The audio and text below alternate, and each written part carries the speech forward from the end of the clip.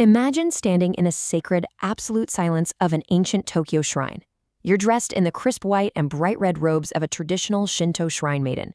You're surrounded by literally centuries of deep-rooted Japanese tradition, but inside, your heart is heavy. In today's Explainer, we're unpacking the absolutely incredible journey of Nisa Maria. We're going to see exactly how a profound spiritual awakening pulled her out of the temples of Tokyo and into a completely different world.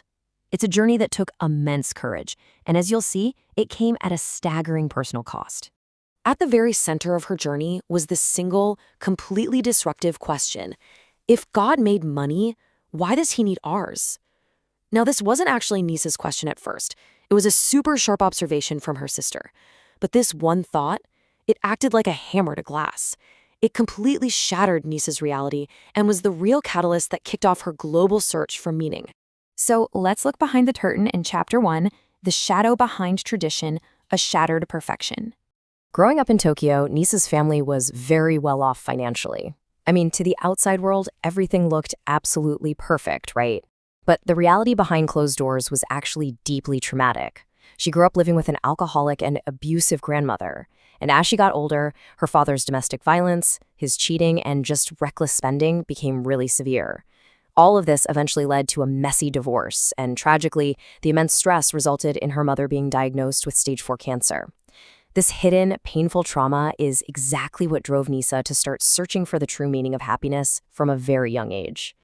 During those really dark times, Nisa felt like the only entity she could safely speak her mind to was God. She actually said, "I didn't know exactly where or who God was, but I believed there was something called God in my heart." So this innate spiritual longing, this desperate need to connect with that presence, is what eventually led her to take a job working as a traditional Japanese shrine maiden during her university years. Which brings us to Chapter 2, Doubts at the Shrine, Unveiling the Illusion. Now, to really grasp this, we have to understand what her role actually entailed.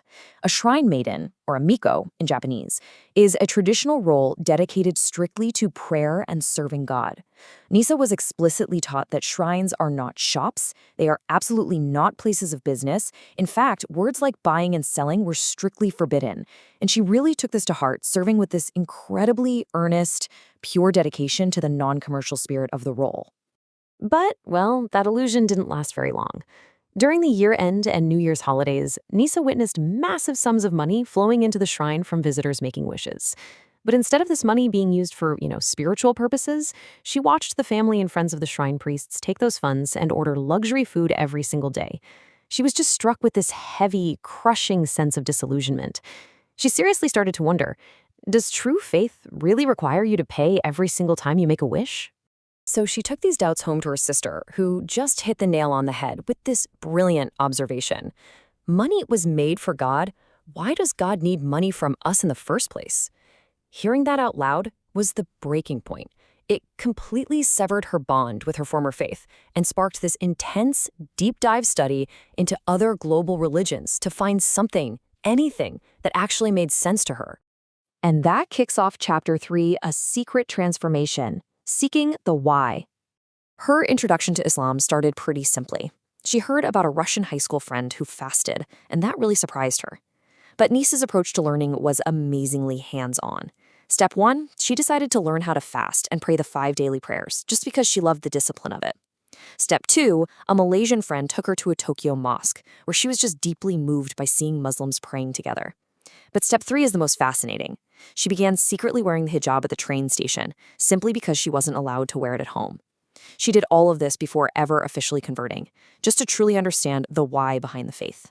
During this secret exploration, she was completely struck by the stark cultural differences around wealth and generosity. I mean, worldly expectations in Japan normally dictate that friends split the lunch bill in a very structured, transactional way. But she suddenly experienced this profound sense of Islamic abundance. A Muslim friend treated her to lunch and totally refused her money, telling her, "Even if this money runs out, Allah gives it to me again. He granted me you as a friend." That non-materialistic perspective on wealth and friendship blew her away, especially after what she had witnessed back at the shrine. Which brings us to the emotional climax of our explainer, Chapter 4, The Price of Faith, The Heaviest Words. Make no mistake, choosing this path came at an immense personal cost. The final trigger for her conversion happened quietly at home. Nisa was reading a Japanese translation of the Quran that a teacher in Malaysia had sent her. And when she read Surah Al-Alaq, she found that it perfectly addressed history, law, morality, and incredibly, even her own family's deep struggles. She described feeling this profound shock, like God was speaking directly to her heart and completely understood her life. At that point, she just couldn't deny it any longer. On the day of her conversion, she went to the mosque with friends and sat through a 1-hour lecture.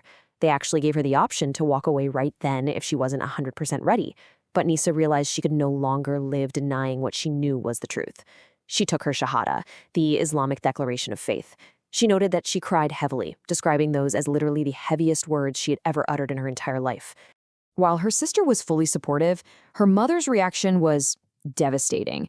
Just let the weight of these words sink in for a second. You are no longer my daughter.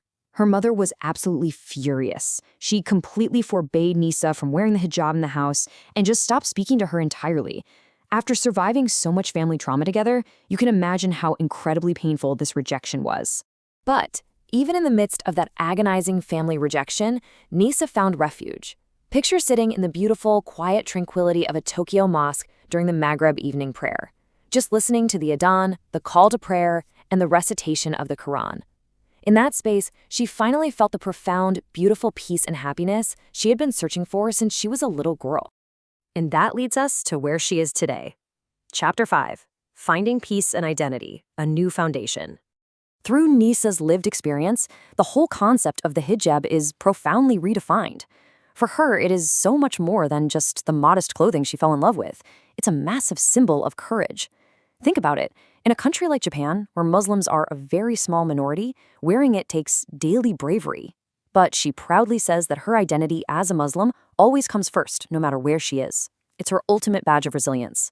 When she compares her past and present, the difference is night and day.